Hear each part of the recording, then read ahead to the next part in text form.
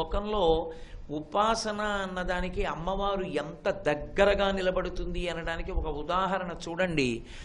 కొత్తగా ఒక ప్రదేశంలో ఒక్కడే నివాసం ఉండడం ప్రారంభం చేశాడు అనుకోండి. ఆయన చేసే మొదటి పని ఏమిటంటే తనొక్కడూ ఆ ప్రదేశంలో నివాసం ఉండడం మొదలు పెట్టాడు. ఊరు బయట ఆ ఊరు లోపలకు వచ్చేటటువంటి ప్రదేశం ఉంటుంది. ఎక్కడ హద్దు దాటి లోపలికి వస్తాడో అక్కడ ఒక రాయి పెడతాడు. పెట్టి దానికి పసుపు రాసి బొట్టు పెడతాడు. పెద్దింటమ్మ అంటాడు. పెద్దింటమ్మ అంటే మేము ఒక్కళ్ళమే లేము ఇక్కడ, మాతో పాటుగా మాకన్నా ముందు ఆవిడొచ్చింది, ఆవిడొచ్చాక మేము వచ్చాం కాబట్టి ఆవిడ పెద్దమ్మ, ఆ పెద్దమ్మ బిడ్డలం మేమందరం, మా ఆవిడ పిన్నమ్మ, మా బిడ్డలు, ఆవిడ పెద్దమ్మ. ఆ తర్వాత 10 గడపలు వచ్చాయి, 100 గడపలు వచ్చాయి, 1000 గడపలు వచ్చాయి, ఆవిడ మాత్రం అలాగే ఉంటుంది గ్రామదేవత అన్న పేరుతో. పెద్దింటమ్మ తల్లి ఆవిడే నూకాలమ్మ.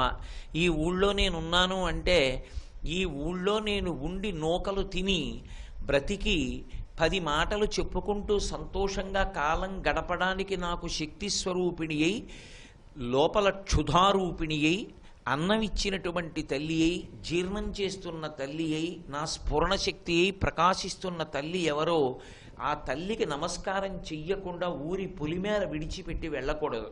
మీరు రామాయణం చదివితే రామచంద్రమూర్తి ఊరు విడిచిపెట్టే ముందు వెనక్కి తిరిగి ఒక్కసారి ప్రార్థన చేసి వెడతాడు. ఆ అయోధ్యానగరాధిష్టాన దేవతకి నమస్కారం చేస్తాడు. మనం కూడా ఊరి విడిచిపెట్టే ముందు అమ్మతో చెప్పాలమ్మా, నీ అనుగ్రహంతో అన్నం తిన్నాను, ఇప్పుడు ఏదో ఉపన్యాసం చెప్పడానికి ఫలానా ఊరు వెడుతున్నాను, అక్కడ కూడా నాకు వేళపట్టున అన్నం లభించి మళ్ళీ క్షేమంగా ఇక్కడికి వచ్చి నూకలు ఉండేటట్టుగా నన్ను అనుగ్రహించని అడుగుతాను. మళ్ళీ ఊళ్ళోకి వచ్చేటప్పుడు పొలిమేరలోనే చెప్పులిప్పి నమస్కరించి లోపలికి వస్తాను. ప్రతి ఏటా 365 రోజులు అన్నం పెట్టిన తల్లి కాబట్టి ఒకరోజు ఆ తల్లికి నివేదనలు చేస్తాం. తలుపులమ్మ తల్లి, నేను వాహనం కొనుక్కున్నాను అనుకోండి, నా ఇల్లు తలుపులు తెరిచి నాకు వాహనం లోపలికి వచ్చేట్టు చేసి యోగకారిణయింది తలుపులమ్మ. ఏడాదిలో ఒక్కసారి దర్శనం చేసుకుంటే గుర్తు పెట్టుకుని మళ్ళీ మళ్ళీ నాకు కావలసినవన్నీ ఇస్తుంది కాబట్టి మరిడమ్మ. ఏదో ఆ ఊళ్ళో ఉన్న పెద్ద పేరంటాల ఆవిడే, అందుకని పేరంటాలమ్మ. ఏ పేరు పెట్టయితేనే ఆవిడ మాత్రం ప్రతి ఊళ్ళోనూ సేవింపబడుతుంటుంది. అది తెలిసిన వాళ్ళు కానివ్వండి, తెలియని వాళ్ళు కానివ్వండి, ఆవిడ్ని ఉపాసన చేస్తూనే ఉంటారు. ఇందులో ఒక్కటి మాత్రం తార్కికమైనటువంటి విషయం ఉంటుంది. కొంతమంది సాధారణంగా అమ్మవారి విషయంలోకి వచ్చేటప్పటికీ ఉగ్రదేవత అని పిలుస్తుంటారు. అమ్మో ఉగ్రదేవత అండి అంటారు. నేను మీతో మనవి చెయ్యాలి అంటే కాళికాస్వరూపం, కాళికాస్వరూపాన్ని చూస్తే ఉగ్రదేవత అండి అంటారు. అందులో కొంతమంది పనికిమాలిన వాళ్ళు చెప్పిన మాటలు నమ్మి ఆ భగవన్మూర్తులన్నీ తీసుకొచ్చి దేవాలయాల వెనక చెట్ల కింద పెట్టి వెళ్ళిపోతూ ఉంటారు. నేను ఒక్క మాట చెప్తాను, ఆలోచించండి. అమ్మ పిల్లవాడిని దెబ్బలాడుతుంది, అప్పుడు చాలా కోపంగా ముఖం పెడుతుంది. అమ్మ కోపంగా ముఖం పెట్టడం పిల్లాడి అభ్యున్నతి కోసమా, పిల్లాడిని మింగేయడం కోసమా? పిల్లాడు బాగుపడాలని.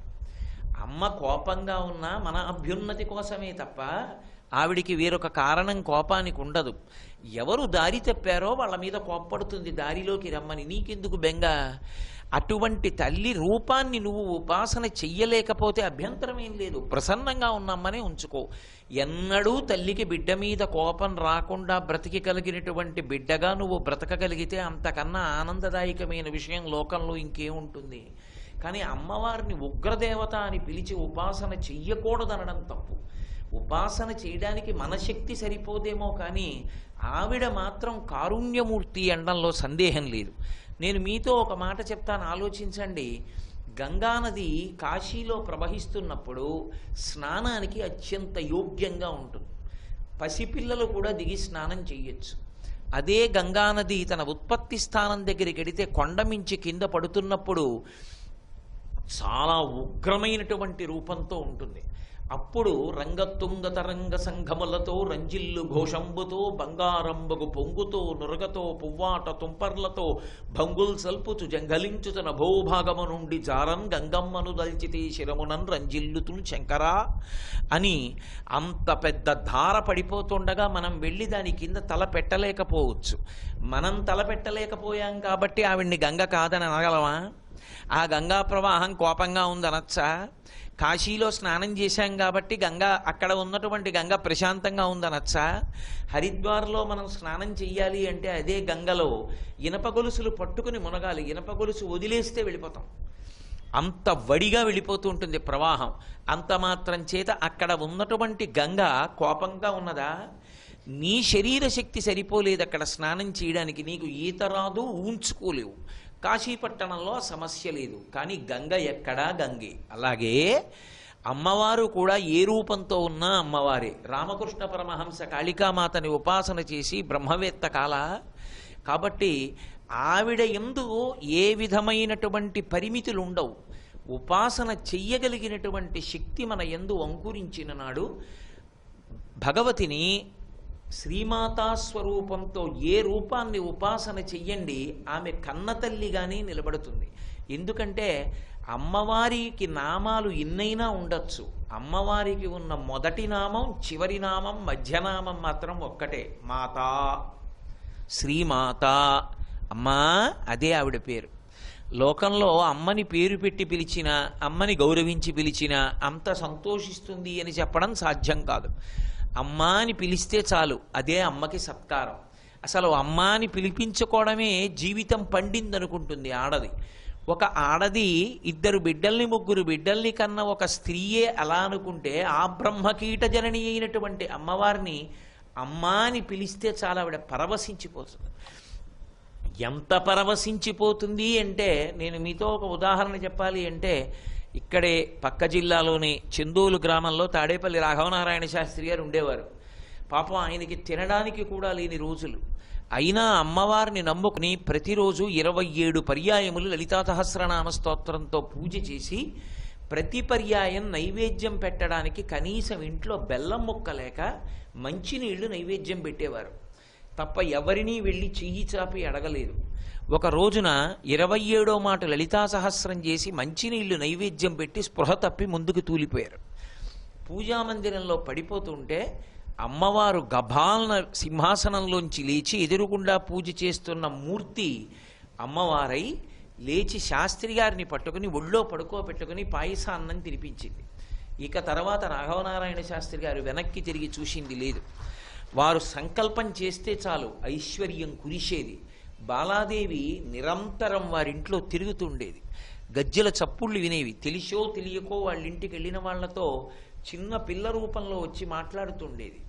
కాబట్టి ఆ తల్లి అంతటి దయాస్వరూపిణి. ఆవిడ్ని ఉపాసన చేసినటువంటి వాళ్ళని రక్షించడం ఆవిడికి తెలుసు తప్ప ఇంకొకటి తెలియదు. అందుకే ఆమె ఆహ్లాదకారిణీ దేవి చంద్రఘంటా ప్రకీర్తిత. ఉపాసనయందు అంత తేలికైనటువంటి రూపం ఏదైనా లోకంలో ఉంటే పరదేవతా స్వరూపం ఒక్కటే. తెలిసో తెలియకో అసలు నిజానికి అసలు అపరాధము అన్న మాటని క్షమించగలిగినది ఎవరైనా ఉంటే అమ్మ ఒక్కతే. అసలు అమ్మ అంత కష్టపడి మృత్యు సదృశమైనటువంటి వేదన పొంది అంత నెత్తురు పోగొట్టుకుని బిడ్డని కంటుంది. వెంటనే బిడ్డడు అమ్మకి పూలదండేశాడా, కాళ్ళకి నమస్కారం పెట్టాడా? ఏ అమ్మ గుండెల్లోంచి పాలు తాగాడో ఆ అమ్మ గుండెల మీద కాలు పెట్టి తంతాడు. ఏ అమ్మకి మంగళసూత్రం కన్నా గొప్పది లేదో ఆ మంగళసూత్రాన్ని చేత్తో పట్టుకుని లాగుతూ ఆడుకుంటాడు. అయినా పూల పొట్లం లాంటి చేతిని విప్పి ముద్దు పెట్టుకుంటుంది. గుండెల మీద తందిన పాదం మీద ముద్దు పెట్టుకుని వాణ్ణి ఓదార్చి పాలు పట్టి పెంచి పెద్ద చేసి ఒళ్ళో మల విసర్జన చేస్తే, మూత్ర విసర్జన చేస్తే అవయవాలు కడిగి తుడిచి బట్టలేసి పెంచి పోషించింది తప్ప అమ్మకి మనం ఉపచారాలు చేశామా, అపచారాలు చేశామా? లౌకికమైనటువంటి అమ్మకన్ని అపచారాలు చేస్తేనే నా బిడ్డ అని ఓర్చి వృద్ధిలోకి తీసుకొచ్చిందే. అసలు అమ్మవారు మన పట్ల కోపంగా ఉంటుంది అనడానికి సాక్ష్యాలు ఎక్కడుంటాయి? లౌకికమైన అమ్మకే ఇంత ప్రేమ ఉంటే లోకాలను కన్న తల్లికి ఎంత ప్రేమ ఉంటుంది? రాశీభూతమైనటువంటి దయ అమ్మ అంటే. అందుకే అటువంటి శ్రీమాత యొక్క ఉపాసన ఆహ్లాదకారకం, పరమ సంతోషదాయకం. ఇన్నిచ్చినటువంటి తల్లి యొక్క ఉపాసన చెయ్యకపోవడం కృతజ్ఞతా దోషం. దానివల్ల అమ్మకొచ్చినటువంటి నష్టమేముండదు. కానీ కుపుత్రుడై కృతఘ్నుడై వాడు మాత్రం చేయరాని పాపం చేసిన వాడు అవుతాడు. పరదేవతకి నమస్కారం చెయ్యని వాడు, అమ్మవారికి ఒక్క పుష్పం ఆవిడ పాదాల మీద వెయ్యనటువంటి వాడి జీవితం కృతజ్ఞతతో కూడుకున్న జీవితం. శ్రీరామాయణం కిష్కింధకాండలో మాట్లాడుతూ లక్ష్మణస్వామి అంటారు, బ్రహ్మగ్నేచ సురాపేచ చోరే భగ్నవ్రతే తథా నిష్కృతిర్విహితా సిద్భి కృతఘ్నో నాస్తి నిష్కృతి అంటారు. బ్రహ్మహత్య చేసిన వాడికి, దొంగతనం చేసిన వాడికి ఒక వ్రతం చేస్తానని నీళ్లు ముట్టుకుని సంకల్పం చేసి వ్రతం చెయ్యకుండా మధ్యలో విడిచిపెట్టేసినటువంటి వాడికి కూడా ప్రాయశ్చిత్తములుంటాయేమో కానీ ఒకరి వలన ఉపకారమును పొంది ఆ చేసిన ఉపకారమును మరిచి ఎన్నడూ ప్రత్యుపకారము చెయ్యాలనేటటువంటి సంకల్పం కూడా లేకుండా బ్రతుకుతున్నటువంటి కృతజ్ఞుడికి మాత్రం నిష్కృతి లేదు. పరదేవతా స్వరూపిణి అయి భూమాత అయి ఆమె మనకి ఇన్ని ఇస్తున్నప్పుడు తిరిగి అమ్మవారికి నమస్కరించకుండా బ్రతికేస్తున్న వాడికన్నా కృతజ్ఞుడిక లోకంలో ఎక్కడా ఉండడు. కాబట్టి అటువంటి కృతజ్ఞత లేకుండా బ్రతకడమే అమ్మవారికి నమస్కారం చెయ్యడం. అందుచేత ఆమె ఆహ్లాదకారిణి కాదు. దాని వెనక ఇంకొక తార్కికమైనటువంటి విషయం ఉంది. ఆహ్లాదము అంటే సంతోషం ఇవ్వడం. సరే, ఆవిడ్ని ఉపాసన చేయడం సంతోషంగా ఉంటుంది, అది ఒక ఎత్తు, అలా విడిచిపెట్టండి. కానీ ఆమె సంతోషాన్ని ఇస్తుంది అని నేను అన్నప్పుడు చంద్రుడు సంతోషాన్ని ఇస్తాడు అన్నట్లే అమ్మవారు కూడా మనకి సంతోషాన్ని ఇస్తుంది. అంటే దుఃఖం అన్నది ఉన్నవాడు ఉండకూడదుగా లోకంలో. మరి అమ్మవారికి నమస్కారం చేసినంత మాత్రం చేత కోరికలన్నీ తీరిపోయి దుఃఖం అన్నది లేకుండా ఉండాలిగా. మరి దుఃఖంతో ఉన్నవాళ్ళు లేరా? అమ్మవారి ఉపాసన చేస్తూ కూడా దుఃఖపడుతున్న వాళ్ళు లోకంలో లేరా? వాళ్ళకి కష్టం లేకుండా బ్రతకట్లేదా? మరి అటువంటప్పుడు ఆహ్లాదకారిణి దేవి చంద్రఘంటా స్వరూపిణి అనేటటువంటి నిర్వచనం ఆవిడికి ఎలా అన్వయం అవుతుంది? అంటే ఒక్క విషయాన్ని మీరు చాలా జాగ్రత్తగా గమనించవలసి ఉంటుంది.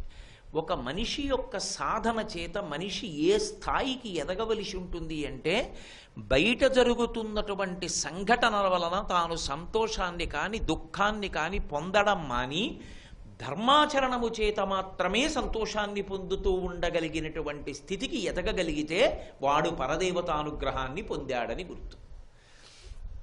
ఈ పని జరిగిందని సంతోషం కాదు, ఈ పని జరగలేదని దుఃఖం కాదు. వాడు నన్ను పొగిడాడని సంతోషం లేదు, వాడు నన్ను నిందించాడని నాకు బాధ లేదు. మరి నాకేమిటి సంతోషం? నా ధర్మం నేను చేస్తున్నానా లేదా? నేను ఏ ధర్మం చెయ్యాలో ఆ ధర్మం నేను చేసి నేను ధర్మమునందున్నాను, అది సంతోషం. నేను నా ధర్మాన్ని విడిచిపెట్టేయలేదు అని సంతోషంగా ఉండగలిగితే, కలిసి వస్తే రాని పోతే పోని, ధర్మాచరణం చేస్తున్నానా లేదా, నేను ధర్మంలో ఉన్నాను, ఆ ఒక్క మాట చేత సంతోషంగా ఉండిపోగలగడం ఆహ్లాదకారిణి. అది అమ్మవారి అనుగ్రహం ఉంటే కానీ నడవదు. ధర్మిణి ధర్మవర్ధిని ఆవిడే. అది పరదేవతానుగ్రహము ఎవరి ఎందున్నదో వారి ఎందే ధర్మము పరిపూర్ణముగా నిలబడుతుంది. ఒకానొకప్పుడు సన్యాసాశ్రమము అంటే ఇక తిరుగులేనటువంటి సన్యాసాశ్రమ ధర్మానికి రాశీభూతమైనటువంటి స్వరూపం కామకోటి పీఠాధిపత్యం వహించిన ప్రాతస్మరణీయులు చంద్రశేఖరేంద్ర సరస్వతి మహాస్వామి. వారు సన్యాసాశ్రమానికి ఎటువంటి ప్రతీకయో గృహస్థాశ్రమానికి అంతటి ప్రతీక తాడేపల్లి రాఘవనారాయణ శాస్త్రి గారు. అందుకే ఎవ్వరింటికి అలా వెళ్ళలేదు మహాస్వామి. ఒక్క రాఘవనారాయణ శాస్త్రి గారి ఇంటికి వెళ్ళినప్పుడు బ్రహ్మరథం మీద వెళ్ళారు. బ్రహ్మరథం అంటే వేద పండితులు వేదపన్నం చెప్తూ పల్లకీని మోసి తీసుకెళ్ళినప్పుడు అందులో కూర్చుని వెడతారు పీఠాధిపతులు. అలా బ్రహ్మరథంలో వెళ్ళారు రాఘవనారాయణ శాస్త్రి గారింటికి. మీరు ఎన్నడూ కూడా అశౌచము కలుగుతుందని బెంగ పెట్టుకోక్కర్లేదని శాలువా కప్పి రక్ష చేశారు. ధర్మాచరణమునందు అనురక్తి కలిగి మిగిలినవి ఎలా ఉండనివ్వండి, దాంతో పట్టింపు ఉండదు. ఇంకా అది మాటలు కాదు. నేను మీతో ఒక్క మాట చెప్పాలి అంటే తేలికగా అర్థమవ్వడానికి చెప్పగలిగిన ఉదాహరణ ఒక్కటే, రామచంద్ర ప్రభు. రాముడు చూడండి, తండ్రి ఒక మాట అంటే తండ్రిని సత్యమునందు నిలబెట్టడానికి నాన్నగారి ఇచ్చిన మాట నిజం అవ్వాలి. అది పుత్రుడిగా నా ధర్మం. నేను అరణ్యానికి వెడితేనే నాన్నగారు సత్యం పలికినట్లు అవుతుంది, నేను వెళ్ళకపోతే నాన్నగారు అసత్యం పలికినట్టు అవుతుంది. ఆ వరం నిలబడలేదు. పుత్రధర్మంగా తండ్రిని నేను నిలబెట్టాలి, ఆయన మాట నిలబడాలి, అందుకు వెళ్ళిపోతాను అరణ్యానికని వెళ్ళిపోతున్నాడు. కౌసల్యాదేవి పిలిచి ఒక మాట అంది, యం పాలయసి ధర్మంత్వం ధృత్యాచ నియమేనచ సవై రాఘవశార్దూల ధర్మస్త్వాం అభిరక్షతు. ధృత్యాచ నియమేనచ. ఏ ధర్మాన్ని రామా నువ్వు నమ్ముకున్నావో, ఇవాళ రాజ్యం వదిలేసినా పర్వాలేదు ధర్మం కావాలంటున్నావో, అదే ధర్మం కోసం రాబోయే కాలంలో ఎన్ని కష్టాలు వచ్చినా నిలబడగలిగిన శక్తి నీకు కలుగుగాక. ఒక తల్లి యొక్క ఆశీర్వచనం అది. అది రామాయణానికి వారసత్వం అంటే. ఏం చేసినా పర్వాలేదు నాన్న, అడ్మినిస్ట్రేషన్ అన్న మాట నాశనం అయిపోయి మేనేజ్ చేసేయడం అన్నది లోకంలో ప్రతీతి పొందేస్తే పరమ ప్రమాదం. మేనేజ్ చేయడం ఏమిటి? You should administer. అడ్మినిస్ట్రేషన్ ధర్మం, మేనేజ్ చేసేయడం పరమ దౌర్భాగ్యం. ఇవాళ డిగ్రీలు కూడా మేనేజ్మెంటే, అడ్మినిస్ట్రేషన్లో కావు. అందుకే లోకం ఇలా తగలబడింది. కాబట్టి ధర్మం ధర్మంగా నిలబడాలి. ధ్రియతేవా జనైరితి ధర్మం. శాస్త్రం ఎలా చెప్పిందో అలా బ్రతకగలగడం. కలిసొచ్చిందా కలిసి రాలేదా కాదు. ధృత్యాచ నియమేనచా. ధృతితో, పట్టుదలతో, నియమంతో ఎంత కష్టం వచ్చినా ధర్మాన్ని వదలనని నిలబడగలగలిగిన స్థితిని పొందెదవుగాక. రాజ్యం వదిలేస్తున్నావు, తల్లిని వదిలేస్తున్నావు, తండ్రిని వదిలేస్తున్నావు, భార్యను కూడా ఇక్కడ విడిచిపెట్టి పెడతానంటున్నావు ధర్మం కోసం. ఈ ధృతిని ఎందు నిలబడాలంది ఆవిడ. ఒక చోట రాముడే చెప్పుకున్నాడు, రాజ్యాద్భ్రష్టో వనే వాసః సీతా నష్ట పితామృత ఈదృశీయం మమావస్థ నిర్దహేదపి పావకం అన్నాడు. రాజ్యమా పోయింది, అరణ్యవాసమా వచ్చింది, సీతమ్మ కనపడకుండా పోయింది, ఎత్తుకుపోయారు, తండ్రి చచ్చిపోయాడు, స్నేహితుడు పెద్ద దిక్కు జటాయు మరణించాడు. ఎంత దుఃఖంలో ఉన్నానంటే నా దుఃఖం యొక్క వేడి అగ్నిహోత్రాన్ని కూడా కాల్చగలదన్నాడు. ఇన్ని కష్టాలలో ఉన్న రాముడు సంధ్యావందనం మానేశాడా ఎప్పుడైనా? ఇన్ని కష్టాలలో ఉన్న రాముడు ఎప్పుడైనా నిత్యాగ్నిహోత్రంలో అగ్నిహోత్రం చేయడం మానేశాడా? ఇన్ని కష్టాలలో ఉన్న రాముడు నేను వాలితో స్నేహం చేస్తే సీతమ్మని తెచ్చేసుకోవచ్చు, ఎందుకు వచ్చిన గొడవని సుగ్రీవుని వదిలి వాలితో స్నేహం చేశాడా? ధర్మానికే నిలబడ్డాడు కనుక త్రేతాయుగం ద్వాపరయుగం వెళ్ళిపోయినా కలియుగంలో కూడా ఊరు ఊరా రామాలయమే, రామనామమే. ధర్మాన్ని పట్టుకోవడం కాలాతీతుణ్ణి చేస్తుంది మనిషిని. రాముడు ఎప్పుడూ సంతోషంగా ఉంటాడు, ఎప్పుడూ ఆనందంగా ఉంటాడు. ఎందుకు ఆనందంగా ఉంటాడు అంటే హనుమ చెప్పారు, యదుర్వేద విదీతశ్చ వేదవిద్భిః సుపూజితః ధనుర్వేదే చ వేదేషు వేదాంగేషు చ నిష్ఠితః రక్షిత జీవలోకస్య ధర్మస్య పరిరక్షిత రక్షిత స్వస్య ధర్మస్య స్వజనస్య రక్షిత. ధర్మానుష్ఠానం చేస్తూ ఉంటాడు. కాలమునందు ఇప్పుడు నేను చెయ్యవలసినది శాస్త్రం ప్రకారం చేశానా లేదా? చేశాను, ఆయనకి సంతోషం. మిగిలినవి ఆయన్ని కలపవు. ఈ ధర్మం నన్ను కాపాడుతుంది, ఇదే నన్ను రక్షిస్తుంది ఎప్పుడో. అందుకని ఆయన ఎప్పుడూ ధర్మాన్ని పట్టుకుని సంతోషంగా ఉంటాడు. ఆహ్లాదకారిణి అంటే కోరికలన్నీ తీర్చేస్తే సంతోషంగా ఉండడమో అన్న మాట చెప్పాను అనుకోండి. అసలు ఎప్పటికి కోరికలు తీరడం అన్నది ఉంటుంది చెప్పండి? భారతదేశానికి అంతటికీ పెద్ద పదవి ఏది ఉందో అందులో తీసుకెళ్ళి కూర్చోబెట్టినా అమెరికా అధ్యక్ష పదవి కూడా నాకు ఇచ్చేస్తే బాగుండంటాడు. ఒకవేళ నిజంగా దాన్ని కూడా ఇచ్చినా వదిలేసిన ఆయనకి ఆ కోటి ఎందుకు నాకు ఇవ్వాలంటాడు. అంతే ఎక్కడ ఉంటుంది కోరికలకి? ఈశ్వరుణ్ణి చేరడానికి మార్గం అవుతుంది. ధర్మం ఎప్పుడు పట్టుకోగలడు? ధర్మం పట్టుకోవాలి అంటే భగవంతుడు ఉన్నాడు, ఆయన చెప్పిన మాట పాటించిన నాడు ఆయన అనుగ్రహానికి నేను పాత్రుడనవుతాను. ఆ పాత్రత నాకు ఏ కష్టాన్నైనా గట్టెక్కించి నన్ను సుఖంగా ఉండేటట్టు చెయ్యగలుగుతుందన్న పూనిక లోపల ఉండడం ధర్మానుష్ఠానానికి కారణం. అందుకని ధర్మమునకు ముందే ఉంటుంది, భక్తి ఉంటుంది. భక్తికి ధర్మానికి మధ్యలో ఆచారం ఉంటుంది. భ్రష్టత్వం ఎందుకు వస్తుంది అంటే దీనికి వ్యతిరేకమైన ప్రబోధం సమాజంలో ఎక్కువైపోతే సమాజం పాడైపోతుంది. అందుకే ధర్మ వ్యతిరేకమైనటువంటి ప్రబోధములు వ్యక్తి దుఃఖపడ్డానికి, సమాజ దుఃఖమునకు కూడా కారణములు. ధర్మ ప్రబోధము, ధర్మానుష్ఠానము వ్యక్తి సుఖమునకు, సమాజ సుఖమునకు కూడా కారణములు. రామ అన్న పేరు చెప్పుకుంటూ రాముడు ఎక్కడున్నా అక్కడ సంతోషంగా ఉంటారు. రావణ అన్న పేరు చెప్పినా రావణుడితో ఉన్నా బాధపడుతూ ఉంటారు. కారణం ఏమిటంటే ఒకటే, ఈయన ధర్మాన్ని పట్టుకుంటాడు, ఆయన ధర్మాన్ని విడిచిపెడతాడు. అది ప్రమాదం లోకంలో. చూడండి, నేను మీతో తేలిగ్గా అర్థమయ్యేట్టుగా మళ్ళీ కిందకు రావాలి అంటే, ఆచారం ఎందుకండి, ఆచారం లేదు ఏమీ లేదు అక్కర్లేదని చెప్పడం చాలా తేలిక. ఎందుకండి రామాయణం ధర్మం ఎందుకండి, ఆయన అలాగే చెప్తాడు ధర్మం పట్టుకోక్కర్లేదని చెప్పడం చాలా తేలిక. కానీ ఎవడు ఇటువంటి మాటలు చెప్పాడో వాడికే ప్రమాదం వస్తుంది చివరికి. వెనకటికి ఒక న్యాయవాది ఏదో న్యాయస్థానంలో ఒక వ్యక్తి తరపున వాదిస్తూ, మనం ఎలాగైనా సరే గెలవాలి అంటే ఒక పని చెయ్యి, న్యాయమూర్తి నిన్ను ఏవడిగినా సరే బ్యా బ్యా అంటుండు, పిచ్చివాడు అనుకుని వదిలేస్తారు, కాబట్టి ఏ గొడవ ఉండదన్నాడు. అతను బోన్లో నించుని న్యాయమూర్తి ఏమడిగినా సరే బ్యా బ్యా అంటుండేవాడు. ఇతను పిచ్చివాడయా, ఇతని మీద వ్యాజ్యం నడపడం ఎలా కుదురుతుంది, విడుదల చేసేస్తున్నాను, ఈ ప్రత్యేకంగా మీరు నా దగ్గరికి తీసుకొచ్చిన దీన్ని కొట్టిపారేస్తున్నానని చెప్పి విడుదల చేసేశారు. ఆయన బయటికి వచ్చాడు. న్యాయవాది ఎంతో సంతోషించి, చూసావా నీ చెప్పిన మంత్రం ఎలా పనిచేసిందో, నాకు ఇవ్వవలసిన డబ్బు ఇచ్చేసే రుసుమన్నాడు. ఆయన న్యాయవాది వంక తిరిగి బ్యా బ్యా అన్నాడు. అప్పుడు తెలిసొచ్చింది తను చేసిన దుర్బోధ తన దగ్గరికి వచ్చేటప్పటికి ఎలా పనిచేసిందో. రామాయణం ఎందుకు పనికొస్తుంది, భాగవతం ఎందుకు పనికొస్తుంది, ధర్మం ఎందుకు పనికొస్తుంది, మేం చెప్పినట్టు చెయ్యొచ్చని చెప్పి సంస్కరణవాదులమని పేరు పెట్టుకుని ధర్మాన్ని పాడు చేసిన వాళ్ళు చిట్ట చివరికి ఆ ధర్మం పాడైతే వాళ్ళు ఏడవలసిన స్థితి వస్తుంది. ధర్మం నిలబడడానికి వాంగ్మయం వచ్చింది. ఇంత వాంగ్మయం యొక్క సారమంతా ఏమిటి అంటే ధర్మం. సత్యం వద ధర్మంచర. ఇంకా ఈ రెంటికన్నా చెప్పగలిగింది ఏముంది నాకు చెప్పండి?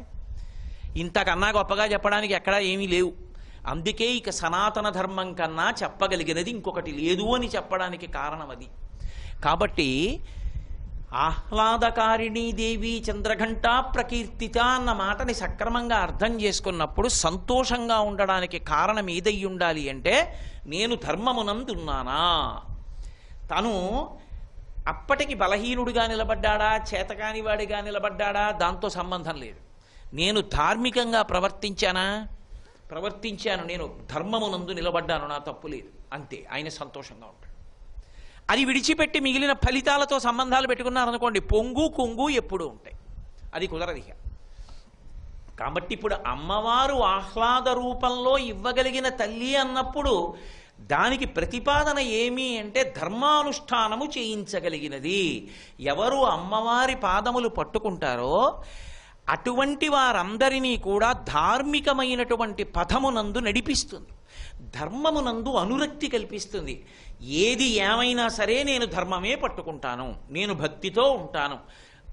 ధూర్జట్ అంటాడు, నేను సేవింపగ నాపదల్పొడమని నిత్యోత్సవం బబ్బని జనమాతృండనని సంసార మోహంబు పైగొనని జ్ఞానము గల్గని గ్రహగతుల్ కుందింపని మేలు వచ్చిన రాణి అవి నాకు భూషణములే శ్రీకాళహస్తీశ్వర. లోకుల్నంగని మెచ్చని అలుగని లోలోన నిందించని చీకాకున్బడని మహాత్ముడనని జేలొగ్గని మూకీభావమునంతిట్టని త్రోయని నీ కారుణ్యము కలిగి ఉండెనను అంతే చాలునో శంకర. నాకింకేం వద్దు శివ, నాకు మీ కారుణ్యం నిలబడాలి. నన్ను చూడగానే మీరు సంతోషంతో ధూర్జటి అని పిలవాలి. ఆ పాత్రత నాకు మిగలాలి. ఆ పాత్రత నిలబెట్టుకోవాలంటే ధార్మికమైన నడవడి కావాలి. అలా నువ్వు నడవగలిగితే మంచిది, నడవలేకపోతే శరణాగతి గారి పరమేశ్వరుడికి చెప్పుకోవాలయ్యా, నేను అలా నిలబడలేకపోతున్నాను, నిలబడే శక్తిని నాకు ఇమ్మని అడగడం, ఈశ్వరుడి యొక్క ప్రమేయాన్ని అభ్యర్థించడం శరణాగతి. కాబట్టి ఇది ఇవ్వగలిగిన తల్లి కనుక ఆమె చంద్రఘంటా ప్రకీర్తిత కాదు. ఆమెకి ఇంకొక లక్షణం ఉన్నది, ఆమె చంద్రుని కన్నా అందమైనది.